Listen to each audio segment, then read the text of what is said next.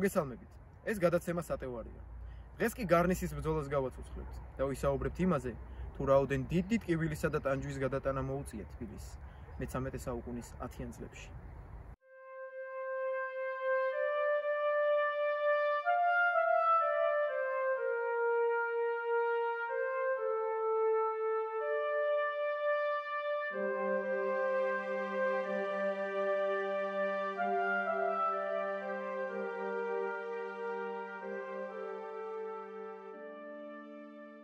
თამარ მეფის გარდაცვალების თარიღი ჩვენთვის უცნობია, მაგრამ ვიცით, რომ სიკვდილის შემდეგ ტახტზე მისი და დავით ოსტანის ვაჟი, ლაშა გიორგი, იგივე გიორგი მეოთხეადეს.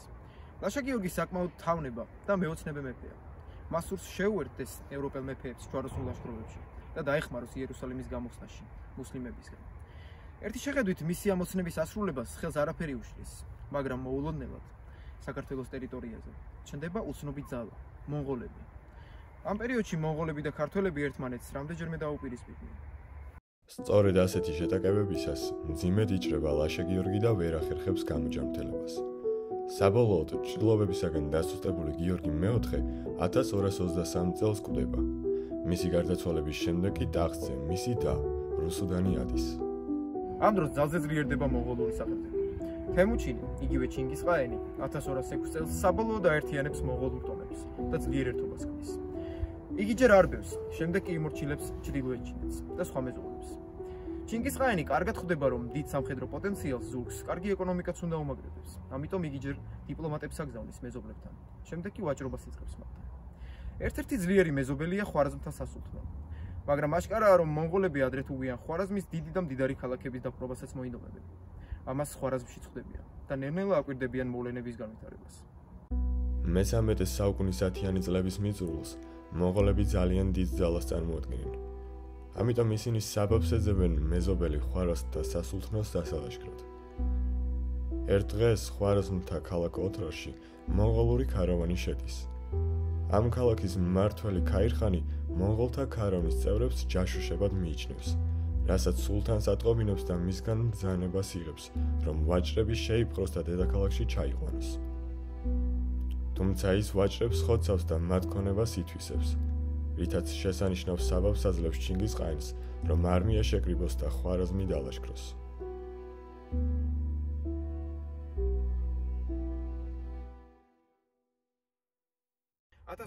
წელს ჩინგისხაენი ყურულთაის, ანუ სახალხო კრებას იწვევს, სადაც ხვარაზმზე ლაშქრობის დაწყების ბრძანებას გასცემს.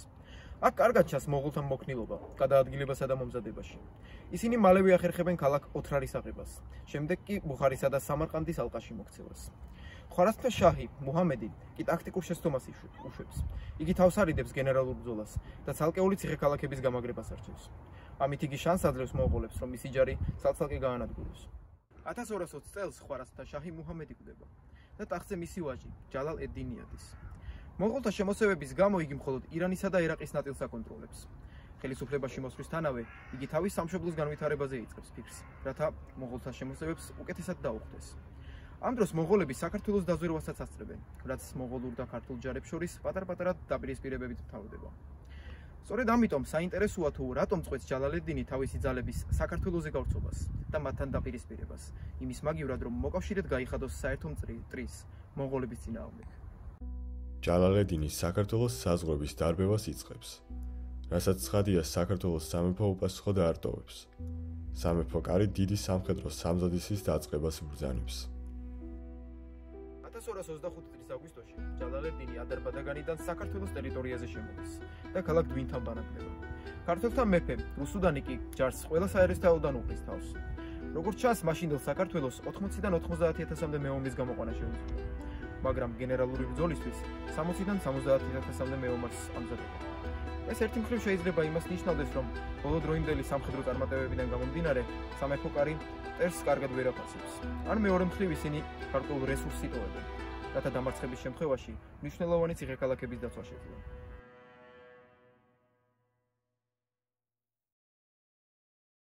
წყაროების მიხედვით ჯალალ ედ-დინის არმია გაცილებით მრავალრიცხოვანი იყო, რაც ლოგიკურია, ვინაიდან ის აკონტროლებს ჩრდილოეთ ირანსა და ერაყის ნაწილს.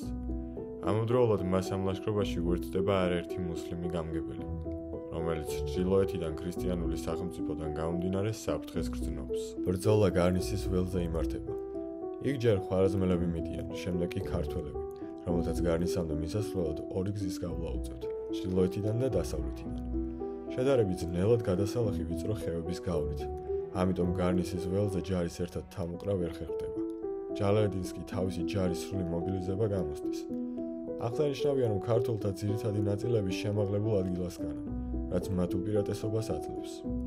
სავარაუდოა, რომ სწორედ ამიტომ ქართველთა ჯარის მთავარსარდალი ივანი ათაბაგი დროის გაყვანას ამჯობინებს, ვინაიდან როგორც წესი, ველზე ბრძოლისას თავდასხმელებს დიდხნიანი უმოქმედებისას სულისკვეთება უვარდებათ და სურსათის პრობლემაც ექმნებათ. ამას კარგად იაზრებს ჯალალედინიც, ამიტომ მეორე დღეს ის თავის ჯარს შეტევაზე გადასვლას უბრძანებს. ხვარაზმელთა ლაშქრის ცენტრალური ნაწილი მხედრებს უკავიათ. მარცხენა ფლანგს სულთნის ძმა, ღიას ედდინი მეთაურობს. მარჯვენა ფლანგს კი მშვილდოსნები იკავებენ. ქართველთა არმიის მოწინავე ხაზს მესხები ქმნიან, რომელთაც შალვა და ივანი ახალციხელები სარდლობენ.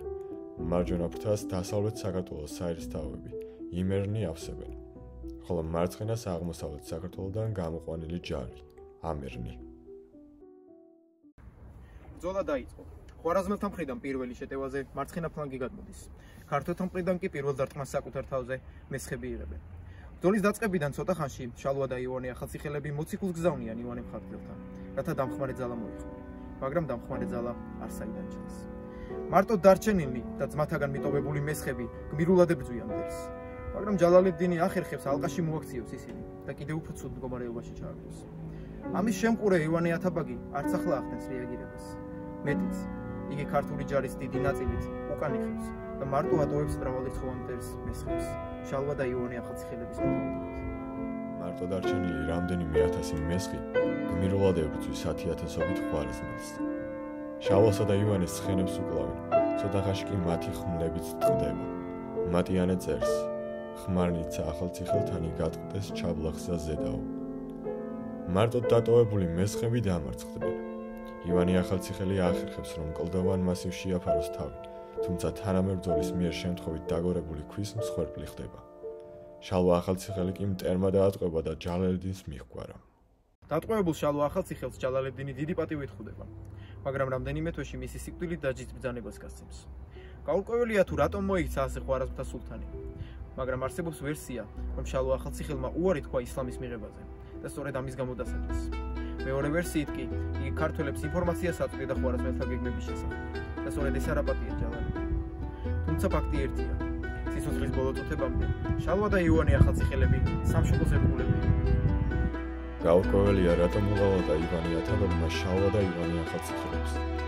თუმცა სავარაუდოა, რომ აქ მისი პირადი ინტერესები იყო, ვინაიდან ახალციხელი ძმებს დიდი სახელი ჰქონდათ მოხვეჭილი სამეფო კარზე და ივანე მხარგრძელის გარდაცვალების შემდეგ სწორედ მათ ერგებოდათ ყველაზე საპატიო წოდებები.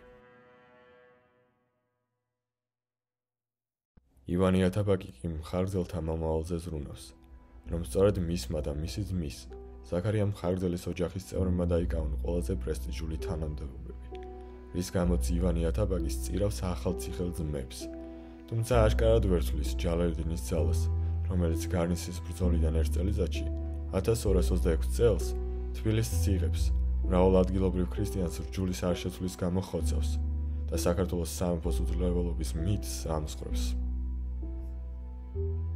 სამწუხაროა, მაგრამ საქართველოს ყოველთვის ყავდა პირადი მიზნებისთვის სამშობლოს გამყიდველები. თუმცა მათ საპირწონედ ყოველთვის ჩნდებოდნენ გმირები, მსგავსი შალვა და ივანე ახალციხელებისა.